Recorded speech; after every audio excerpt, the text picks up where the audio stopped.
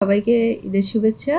আমরা সবসময় জেনে আসছি যে কোরবানির ঈদ মানেই হচ্ছে সারা বছরে আমরা যা গরুর মাংসের আইটেম খেতে চাই ওই সময়টার জন্য আমরা সংরক্ষণ করে রাখি যে আমরা কিভাবে খাবো, কতটুকু খাবো এবং যেহেতু শুয়ে বসে থাকা হয় ৩ দিন ঈদের ছুটি থাকে, অফিস আদালত বন্ধ থাকে।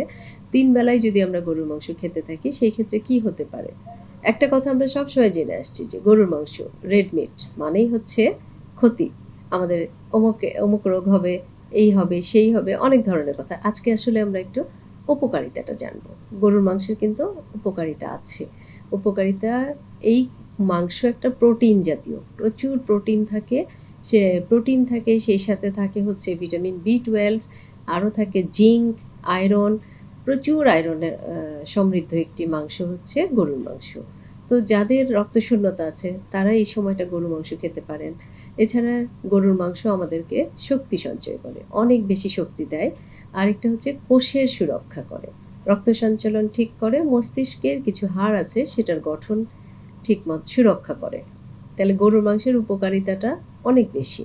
যারা খুব হাড্ডিসার, অনেক বেশি রোগা, আন্ডারওয়েটে আছে, তাদের জন্য গরুর মাংস খুব ভালো এই সময়টাতে। আরেকটা হচ্ছে রক্তশূন্যতা, বিশেষ করে গর্ভবতী কিশোরী, তাদের জন্য গরুর মাংস অনেক ভালো কাজ করে।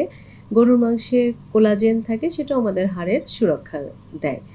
আমরা শুধু চিন্তা করব যে কার জন্য কতটুকু দরকার, কারো কোনো রোগ আছে কিনা সেইগুলো আমরা জেনে নিব এবং গরুর মাংসের রান্নার সঠিক পদ্ধতিও জেনে নিব। তখন আমাদের গরুর মাংসটা উপকার দিবে, পুষ্টি সমৃদ্ধ একটি খাবার হবে।